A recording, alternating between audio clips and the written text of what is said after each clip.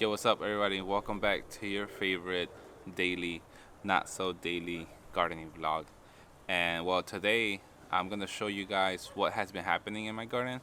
Um, I have started a lot of seeds, and it's starting to look a lot more like a garden. I planted the finally planted the strawberries. I planted a pepper plant that I bought also, which reminds me, um, plants are getting very expensive at the store. So I started to think that this season I'm gonna try my hardest to start saving seeds from the plants that I really like, because plants are starting to get very, very expensive. Sometimes because I had very bad luck with peppers, I will buy my peppers, but this time around I have to grow my own peppers because plants are getting overly expensive. Um, Also, we have some beans over there. We have some carrots. We have some beets directly sown into the ground, and I'm also gonna start some beets on the seed starting trays. Also, we have, I believe, some cilantro. Um, that is what's out there right now. I'll show you guys later on in the video where all that is at. But right now, I wanted to focus on starting seeds, just because for me personally, growing when I started my journey of gardening, growing seeds was always one of the hardest things ever. That's why I bought plants instead of growing seeds, or I directly sowed, and I would have a very low germination rate. Um, but let me let me tell you how I start my seeds and how I grow my seed. Well, for many years when I started maybe about 5 6 years ago. I can't remember anymore. um, I would look at a lot of videos. I would do my research. I will grab bits and pieces of those videos, and I will try out my own seed starting way. Now, it wasn't until recently, uh, maybe a year or 2 years ago, that I actually started putting emphasis on creating also my own potting mix. Because again, potting mixes are very expensive, but you can make your own. It's pretty simple. Now, I do the same the same measurements as I do for my beds when I'm doing my mixes for my potting mix. Now, for every full container, for every one, I do half of compost, of manure, whatever you want to add. So I do topsoil, one full of these, and then do half. And then I do two of perlite.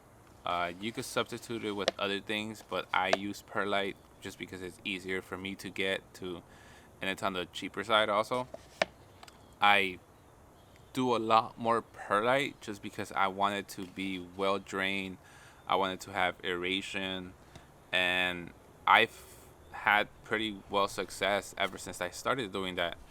I'll show you guys how I pot it and how I place my seeds, and I have basically, other than the fact that my some of my seeds are fairly old, they're 2 plus years old, and I still keep using them, just because I normally don't use all of those seeds from the package, and they last me a long time. Uh, but let me give you an example of, you know, I I used to have a lot of problems growing peas. Peas, I would directly sow them. I would try to grow them in the media. And it wasn't until I implemented the way that I start seeds now that I started having success with peas. Peas was one of those that I would have the most trouble. And as you guys can see here, I have 100% success rate on peas. Now these seeds are 1 year old, but before that, I don't know how old are they before the company send them to me. Um, but as of when I bought the seeds, they are 1 year old, and I still have 100% success rate. And like I said, I want to start saving my own seeds just because seeds are getting very expensive. Um, So I want to start saving seeds from these peas also. And so my method requires just of you filling up your seed tray with whatever seed starting mix that you make, and you literally just placing the seed on top. So for example, you grab your seeds. So these are the seeds, the peas. I don't know if it's the peas, the ones that are doing pretty good and these do pretty good, or it's the method that I use. But I should buy more peas, different kinds of peas, and try them out, right? But I've had pretty good success rate with these. These are the ones that I'm using. So it just requires you to grab your seed. You grab your seed tray, and you literally just place it on top. You're not gonna push it down. You're not gonna do anything.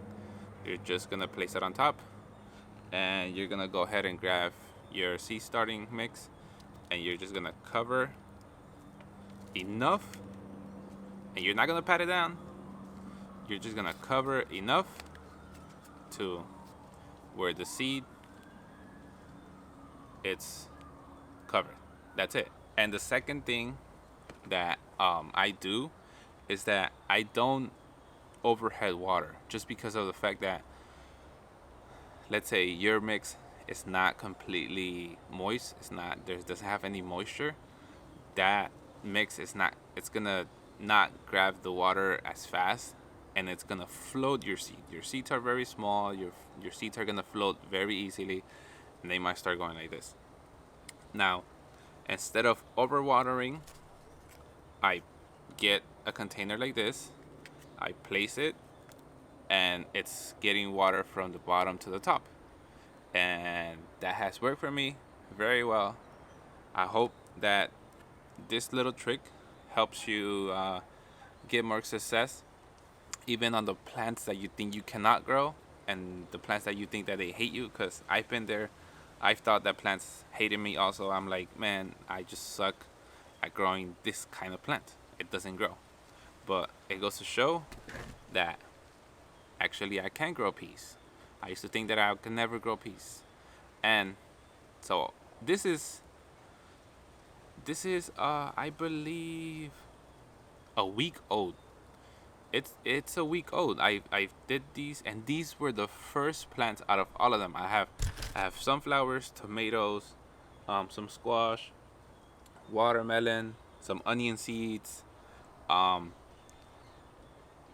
of all of those, they say that the peas take the longest to come out, and these were the first ones to shoot out. And look how tall they are. They're a week old. They're about 3 inches tall already. And I'm gonna start putting out the biggest ones out there. I still have a couple little ones, but I have been acclimating them already because they're so tall. This is how I do my thing. Now I'm gonna do all of the rest, just because I already put 2 of them down. But with that being said, let me I'm gonna show you guys what I have here. So I have some squash, I have some watermelon, I have onions, I have some sunflowers there, I have some kale, some tomato, which the tomato I have to remove because all of them, again, back to where I say all of them came out, all of them sprouted, and so I got 2 in each tray, and I have to remove them. But with that being said, let me go show you out there and tell you and show you what I have already planted out there. Okay, so first we're gonna start with the strawberry. So you guys remember that I told you guys I was gonna use the bed to make a border so the strawberries wouldn't completely take over the garden. That's what I did. I placed the strawberries in the dead center, just so they could spread out. I irrigated. I have a drip irrigation system, which I have been meaning to make a video about that, and I should get to it sometime in the future. But those are my strawberries. Those are my strawberry beds. Now I want to do the same thing with the same thing that I did with the strawberries, I want to do the same thing with the what is called the mint. The mint that I have over there, just because the mint takes over if you just leave it in the ground. We have the pepper plant, if you could see it there, and then we have a few beans right there, and then we have a few beans on the other side. And then let me take you in closer. Let me show you guys the cilantro that I have there. That is home safe seed for the cilantro, and it's doing pretty well, average. I did sow a lot of it just because I didn't know how well it was gonna do. And then I have carrots. Those carrots are at least 3 years old seeds, but they have been kept in a cool dark place. Then we have some beets, and then we have the mint that is taking over. Basically, we have some mint, which I'm gonna do the same thing that I did with the strawberries. But those are the things that I have right now growing. Let's go back to the table. All right, guys. So thank you so much for coming to my TED Talk on how to grow seeds. No, but seriously, thank you so much for stopping by the channel. Don't forget to leave a like. Leaving a like on the video actually helps the algorithm boost out my my video if you enjoyed it. Now, one last thing that I will show you. I used to have problems growing onions. So I used to use onion sets, and those always gave me problems. I never had a full season to let them grow, and I thought I could never grow onions until I found out that I could grow onions from seeds. And this is another way, this is another example that I could tell you that this method that I use actually works. Just place your seed on top, cover it, don't pat it down.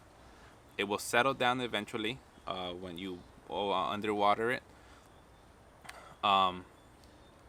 And it works. I'm telling you. I have been growing all of my stuff the same way. But with that being said, guys, thank you so much for stopping by. I hope you enjoyed this video. Don't forget to like, subscribe, and I'll see you guys on the next daily vlog. Peace.